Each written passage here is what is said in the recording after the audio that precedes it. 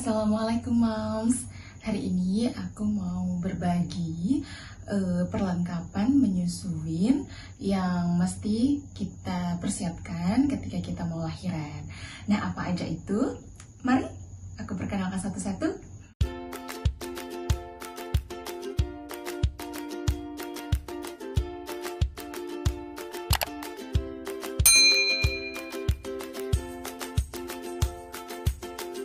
Nah, yang pertama itu adalah pompa ASI. Di sini aku memilih Spectra sebagai alat pompa ASI yang bisa mendukung aku dalam menyusui.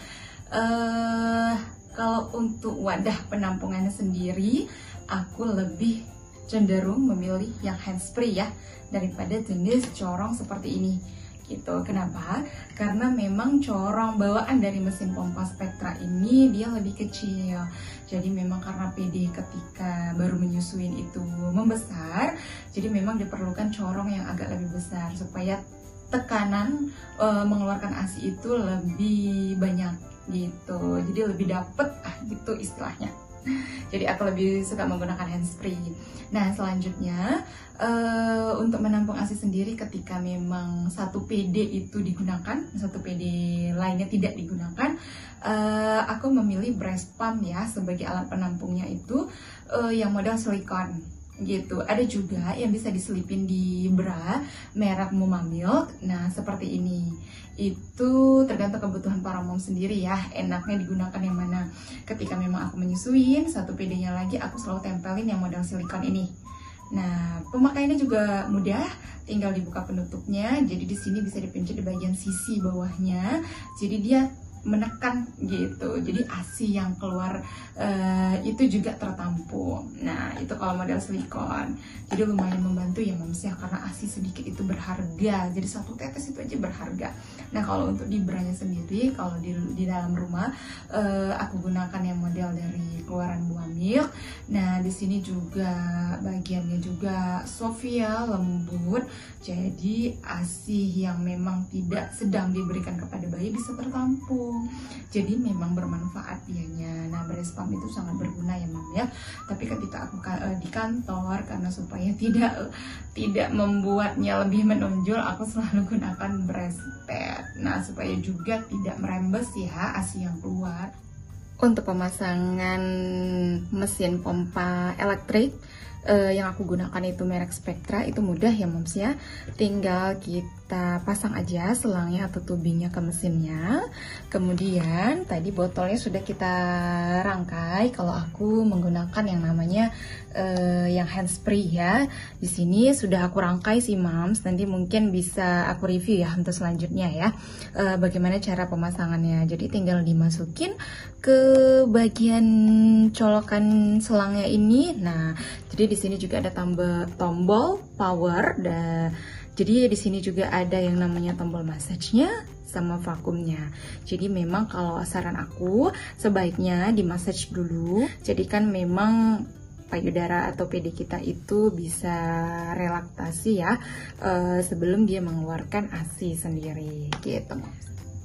Nah, untuk yang selanjutnya itu ketika memang kita sudah selesai nih memerah ASI. Nah, ASI itu kan memang harus langsung ya moms ya. Kalau memang tidak digunakan dalam waktu 4-6 jam di suhu ruangan, itu memang harus kita masukin ke lemari es. Kenapa? Supaya kita bisa menjaga kualitas ASI tersebut supaya tidak basi dan tidak rusak. Nah, kalau di luar aku selalu membawa kemana-mana yang namanya cooler bag ya moms ya. Nah, cooler bag banyak juga di pasaran. Yang penting dilihat kualitasnya, itu yang paling utama, karena memang harus bisa menjaga suhu di dalam cooler bag itu sendiri untuk ASI, karena itu sangat berpengaruh pada kualitas ASI itu sendiri.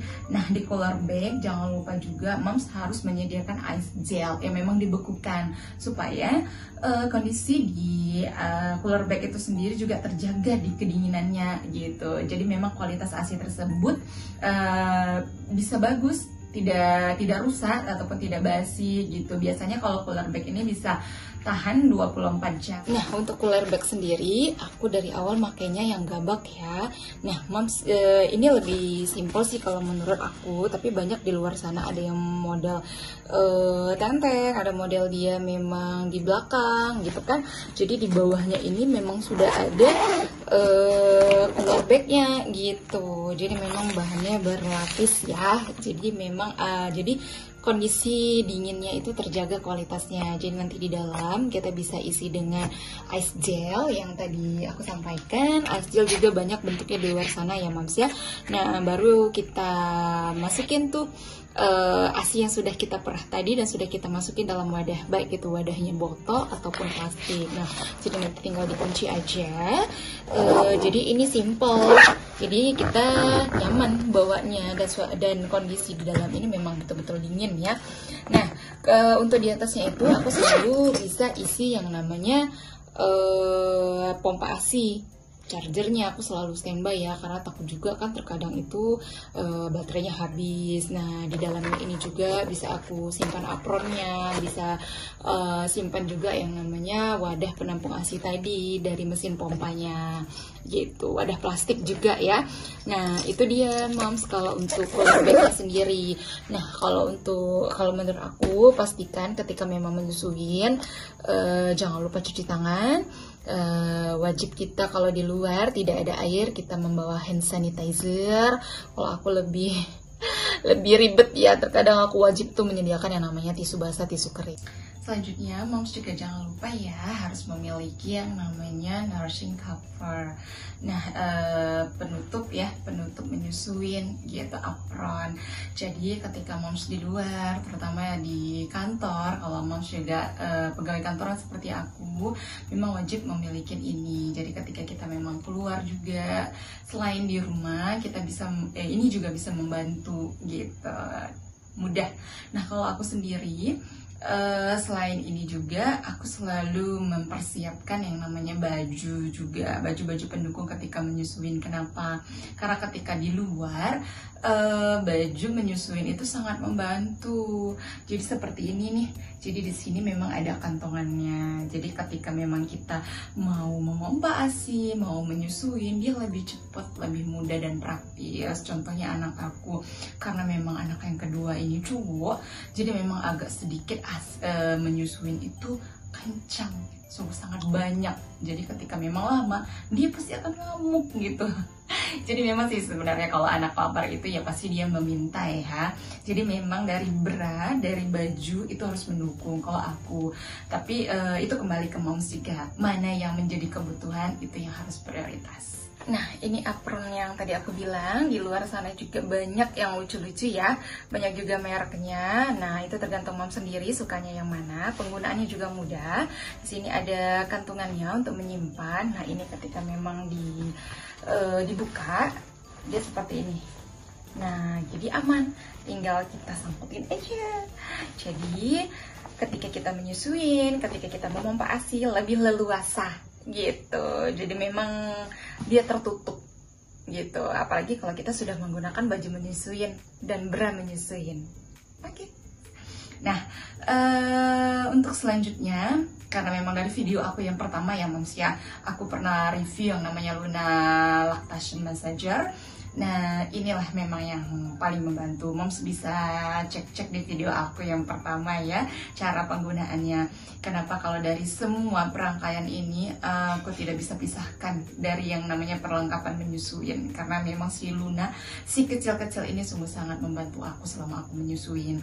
Apalagi di awal-awal aku melahirkan, karena di situ yang lebih rentan yang namanya PD bengkak, merah, keras. Jadi memang tidak lancar. Nah, ini memang sangat membantu. Karena kalau aku pernah dulu di waktu si kakak anak yang pertama itu hanya dikompres, mandi dengan air hangat, itu kurang. Jadi dengan bantuan alat getar ini dia lebih cepat, lebih praktis, lebih fleksibel ya ketika memang dibawa kemana-mana gitu. Nah, kalau untuk penampung ASINya sendiri, Mam, kalau aku ya kenapa tadi aku sampaikan kalau aku itu suka yang handspray karena memang corongnya ini lumayan gede. Jadi memang sangat membantu karena kan PD waktu menyusuin itu kan besar tuh, Mams. Nah, beda dengan corong yang pertama, bawaan dari mesin pompanya itu agak lebih kecil. Jadi tekanan di putingnya sendiri itu kurang. Tapi kalau tadi handspray ini karena emang corongnya ini gede, dia lebih besar ya. Aku pilih itu yang 28 mm size-nya. Jadi memang sangat membantu ketika memang menyerap ASI itu sendiri ke penampungan. Nah, itu dia. Nah, kalau untuk yang model breast pump silikon tadi, aku dukungnya itu yang ini ya, karena memang ini lengket di PD kita. Jadi memang mudah sekali ketika ini memang ditekan, nanti akan ASINya keluar sendiri, jadi merembes ke penampungannya gitu. Tapi kalau breast pump yang satu lagi ini merek Muma Milk, ini bisa kita lengketkan di bra kita. Jadi kalau kita tidak menyusuin, ASINya itu bisa tertampung dengan sendirinya. Beda dengan ketika kita memakai breast pad gitu. Jadi Moms, kita memang harus mendukung yang namanya ASI eksklusif. Percaya, kita pasti bisa gitu. Jadi ketika memang menyusui, jika ada Moms menemui kendala-kendala, jangan menyerah. Nah, di sini memang harus ada peran supportnya para suami, keluarga, dan semuanya. Karena memang menyusui itu mahal, tapi bermanfaat bagi anak kita dan diri kita juga sendiri. Oke, Moms, itu aja mungkin penjelasan mengenai perlengkapan menyusuin kita. Next, kita jumpa lagi. Oke, bye. Assalamualaikum.